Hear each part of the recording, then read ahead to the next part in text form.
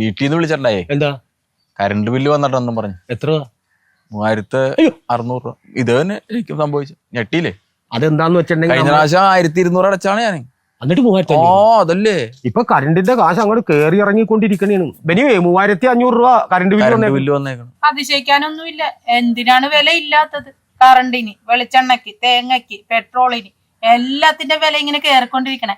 കേറിയാ പിന്നെ ഇറങ്ങൂല. ആകെ കേറിയ ഇറങ്ങണത് തെങ്ങേറ്റ് തൊഴിലാളി മാത്രമേ ഉള്ളൂ. പുള്ളിക്ക് പിന്നെ വീട്ടിൽ പോകണമല്ലോ, ഇറങ്ങാതിരിക്കാൻ പറ്റില്ലല്ലോ. കൊപ്ര ഉണക്കിയിട്ട് അത് വെളിച്ചെണ്ണ ആക്കിയിട്ടുണ്ടെങ്കിൽ ആ വെളിച്ചെണ്ണക്ക് സ്വർണ്ണത്തിനേക്കാൾ ഡിമാൻഡാണ് ഇപ്പൊ. ദാശാണിയമ്മ 1 ലിറ്റർ വെളിച്ചെണ്ണ മേടിച്ചോണ്ട് വന്ന വഴി 2 ആമ്പിള്ളേര് ബൈക്കേ വന്നിട്ട് അത് തട്ടിക്കൊണ്ടുപോയി.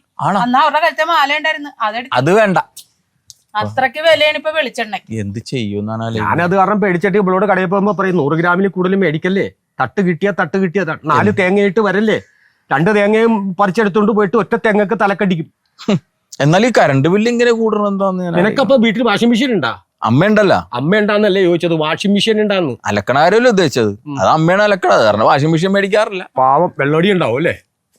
ഞാൻ എത്ര നാളെ വെള്ളമടി നിർത്തിയിട്ട്. നീ വെള്ളമടിക്കണ കാര്യമല്ല പറഞ്ഞത്, മോട്ടോർ കൊണ്ട് വെള്ളടി ഉണ്ടാവും. ഇല്ലെന്ന്, കിണറ്റിന്നല്ലേ കയറി കുളിക്കണതും കുടിക്കണതും എല്ലാം. പിന്നെ കൂടുതൽ വന്നത് അയണാണ്. തേപ്പുണ്ടാ? തേപ്പ് അനിയത്തിയുണ്ട്, അവിടെ 2 പേരെ തേച്ചിട്ട് വീട്ടിൽ വന്നിരിപ്പുണ്ട്.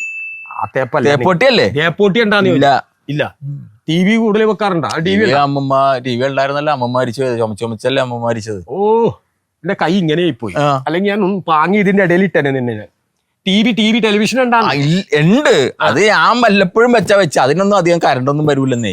ഇനി മൊബൈൽ കൊണ്ട് നടക്കുമ്പോ എല്ലാരും ചാർജ് ചെയ്യോ? ചാർജ് ആകെ ഒരു മൊബൈല്, അത് എന്ത് ചാർജ് വരാനാണ്? പിന്നെ സ്വന്തം എന്ന് പറയാനായിട്ട് ആകെ ഒരു ബൈക്ക് ഉണ്ട്, അത് കഴിഞ്ഞ മാസം മേടിച്ചതുകൊണ്ട്. ഇപ്പൊ ഡീസലിനും പെട്രോളിനും എന്താ ഡിമാൻഡ്. ഒപ്പത്തിനൊപ്പം മത്സരിക്കണല്ലേ? അതെ, രാവും പകലും പോലെ.